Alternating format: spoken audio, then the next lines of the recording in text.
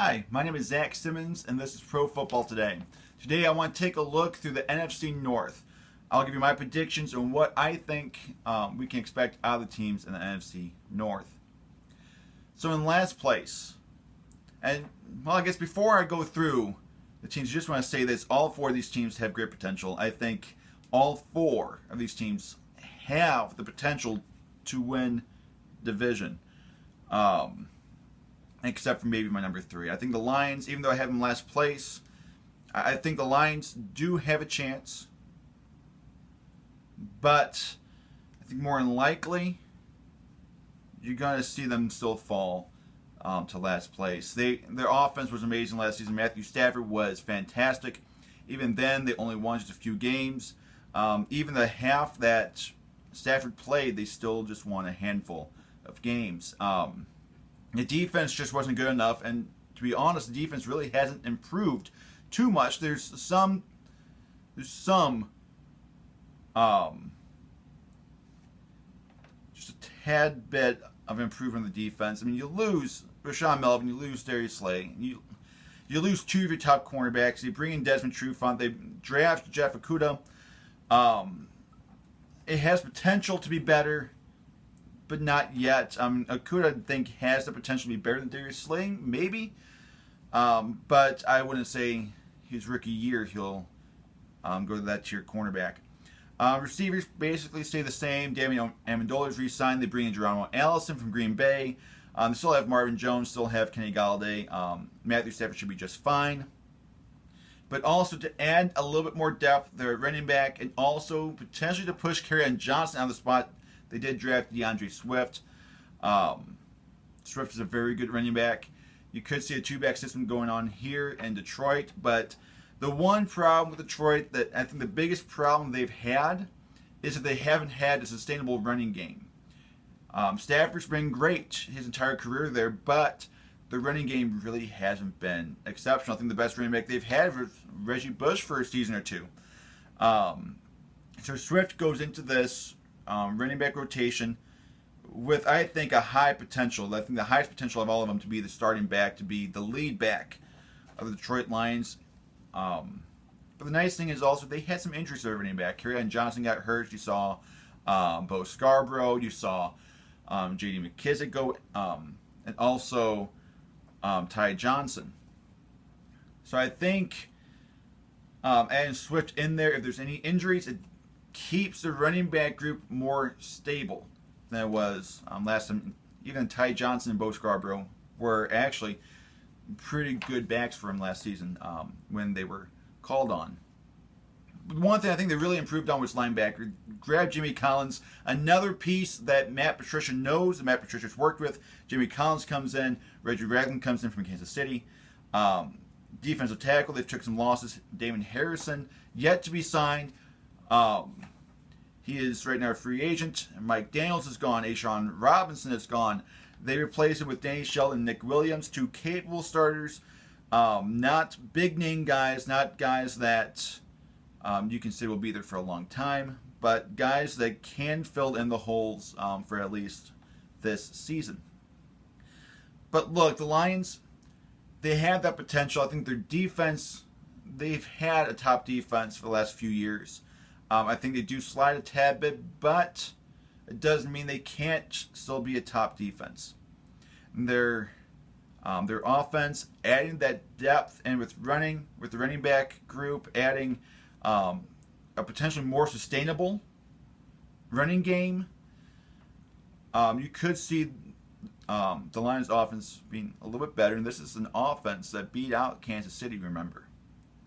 This is a good offense, and I think you can see some really good things from Detroit this year. But even then, I don't think they're going to be good enough to top the other 3 teams in the division. The one team I can see them topping, that I can see falling beneath them, is the Minnesota Vikings. I have them down number 3. Now, when I originally came up with this list, I had the Vikings actually as number 1. I thought the Vikings had a very good chance to win division. After really taking a look at their team, seeing what they've lost and what they've gained, I can't help but say, how in the world can they be number 1 when they've lost so much, especially on their defense? They lose their top 3 corners. I mean, usually 3 of the top 4 corners. They lose Xavier Rhodes. They lose Trey Waynes. They lose Mackenzie Alexander. The one defensive back they keep is Mike Hughes, who I'm not really sure he's really shown his true potential just yet. Now he's in that number 1 spot. They did draft a couple corners in the draft. Jeff Gladney from TCU, drafted him late in the first round. Also drafted Cameron Dantzler from Mississippi State in the 3rd round. So they have guys there, but once again, this is a young group. They were able to keep Harrison Smith. Obviously, his contract wasn't up. They did tag Anthony Harris. So they have veterans there in the secondary, but they don't necessarily have veterans there in the cornerback group. The person with the most experience there in the starting cornerback group is Mike Hughes, who really hasn't had a whole lot of playing time, being behind Xavier Rhodes and, of course, Trey Waynes. So I think you can have some concern on how these cornerbacks are going to play this year. There's a lot for them to learn, especially with COVID only having just a portion of training camp, and now you're expecting these guys to take some starting roles. Yeah, that can be tricky for this cornerback group, and they're going against some good receivers. They have to go against Allen Robinson twice a year. They have to go against Kenny Galladay, Marvin Jones twice a year. They have to go against Devontae Adams twice a year. They are going to be whipped into shape very quickly. The question is, how do they react? How do they react going against such good receivers? Is that going to help them, or is that going to slow their development? But also, there's some issues in the defensive line. Linval Joseph is gone. I think Shamar Stephen, he's not as good as Linval Joseph, but I think he can fit that role. I think he'll do just fine there. But they do lose Everson Griffin to Dallas. I think that's a pretty large blow. Overall, I mean, their defense just is not spectacular. It was a very good defense. That's why they made it deep in the playoffs just a couple years ago.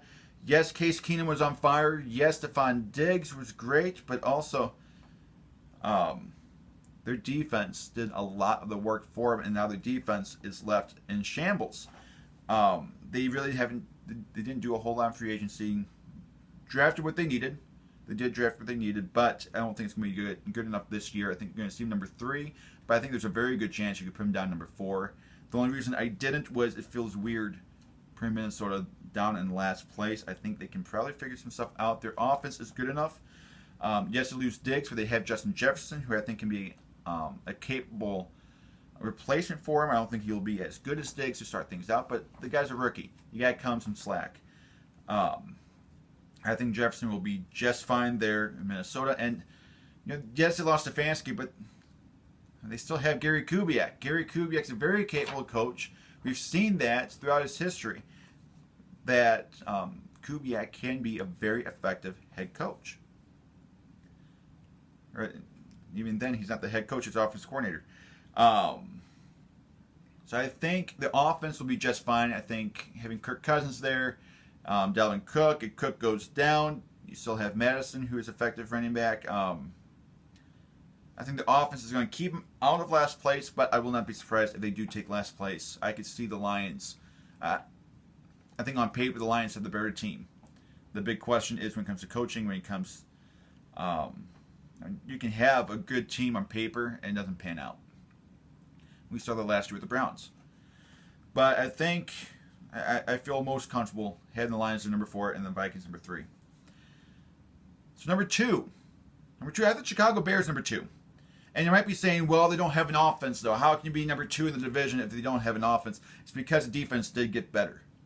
And I think you can argue that offense got better. Defense didn't lose a whole lot of pieces. They lost Prince Amukamara. Even then, Amukamara wasn't great this last season. Sure, in 2018, he was a capable cornerback, but this year he kept getting hurt. He kept blowing his coverage. An undrafted rookie, Kevin Tolliver, actually played better than Prince Mukamura last season. Shut down Devontae Adams a lot better than Mukamura. You lose him. You lose HaHa Clindex. Nick Kukowski, who's just a backup linebacker, rotational linebacker. You saw more of him last season because of the injuries. Losing Nick Williams once again, just kind of rotational piece. And of course, Leonard Floyd. But here's the thing, you replace Leonard Floyd with a better outside linebacker in Robert Quinn. Robert Quinn has been a very good edge rusher. He's had a couple off years, but also that was due to injuries. Last year, looked to be back. No injuries, played a full season. He looked very, very good. Easily an upgrade over Leonard Floyd. And an exceptional compliment to Khalil Mack. But also you have to remember, Khalil Mack didn't have that great of a season, but a lot of it was due to the guy next to him being gone, Akeem Hicks. Well, Akeem Hicks is healthy now. I think they'll be just fine there. As safety, Deshaun Gibson has potential to take over for HaHa Clinton-Dix. Right now, it does look like Deion Bush, and Deion Bush has had a good training camp thus far. And then, of course, they also re-signed Danny Trevathan, keeping the defensive captain, keeping him around. And cornerback, they did draft Jalen Johnson in the second round, someone who has dealt with injuries, slid down the draft. Probably should have been taken the first round if it wasn't for the injuries. So as long as he is healthy, I think Johnson will be a good cornerback too. You also have Tolliver there.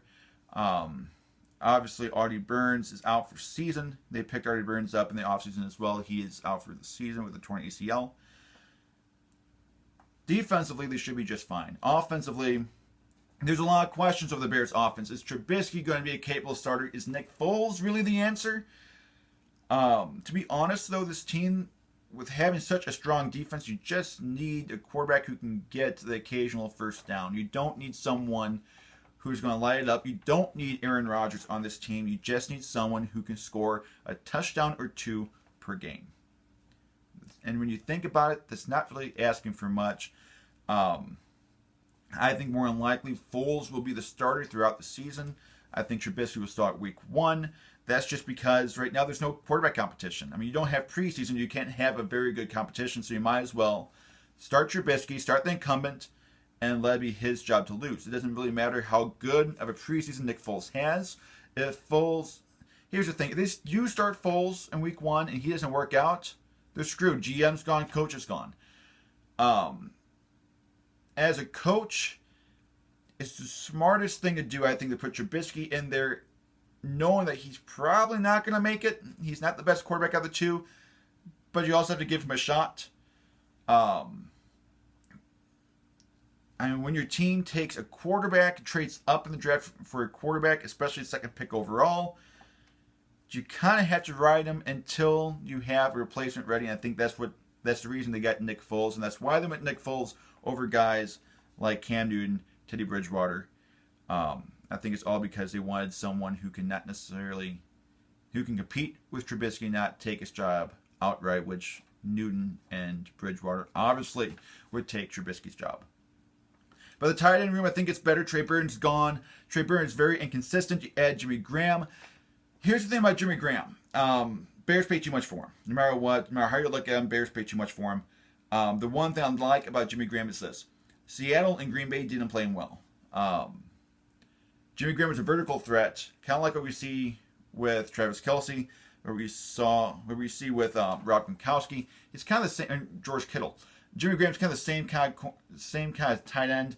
The only difference between him and Kittle is he can't block. But he's a vertical threat. Well, Green Bay and Seattle never used him as a vertical threat. They used him as a red zone threat. And he thrived as a red zone threat, but they didn't use him to his top potential. And I think Graham coming to Chicago, where they like having their tight ends as a vertical threat, I think Graham could see a resurgence with Chicago. But even then, I still don't like the deal. Paid way too much for him. But overall, I mean, the line, I think, is going to get better. Get a new O-line coach. I think it'll get better. I think defensively, it'll get better as well. So I think we might see the 2020 Bears defense resembling the 2018 Bears defense, I think it's going to be even better than 2018. I think you can argue this is going to be better than 2006. I'm not sure I will go as far as saying it's going to be better than 85 because that seems like heresy. But I will say this is going to be one of the best Bears defenses we have ever seen, which is saying something because the Bears have always had, they've had just a long string of very good defenses. But that's why the Bears number 2. It's not because of the offense. The offense will get better. With a better line, you're going to see better, a better job by David Montgomery. I think you're going to see the play call taking some changes as well, which was a huge issue for the Bears last season.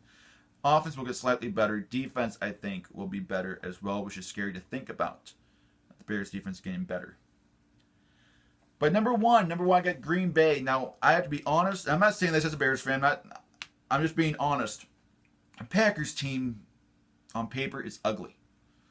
It's ugly. You don't have capable receivers to help out Aaron Rodgers. You just have Devontae Adams, who was a little inconsistent last year. You could argue it was because of injury. Offensive line really hasn't been great. Defense looked better. Defensive line especially looked a lot better for Green Bay, showed some potential. But they didn't get, I think, what they needed. They needed a receiver. They needed someone to help out Devontae Adams. If they got a receiver, it's a no-brainer. Green Bay will make it to the playoffs. Green Bay will clinch potentially the bye week, the number one seed. But they didn't. The only thing they really did in free agency, after Brian Bulaga leaves, they went and grabbed Ricky Wagner from Detroit. It's really the only gain they had in free agency. It's like they went back to the way they did things before, which is we build up through the draft, we don't build up through free agency. And in the draft, they didn't do anything either. They drafted the quarterback of the future, who right now is looking like a bust, in Jordan Love. They got A.J. Dillon after Aaron Jones led the league in touchdowns for running backs last season. They go and grab a red zone style running back, a goal line style running back. They didn't get a receiver, didn't get anyone to help out Rodgers, which I think is a mistake, especially after losing Geronimo Allison as well. They did grab Devin Funchess, but of course he opted out, so really it doesn't count, at least for this season. They lose Blake Martinez, which I think they can plug in any linebacker there. I think losing Jimmy Graham isn't that huge of a deal. They have Marcedes Lewis. They have other capable tight ends there. But for the most part, this doesn't seem like a team that can win 13 games, but yet they did. And for that reason, I have them number one.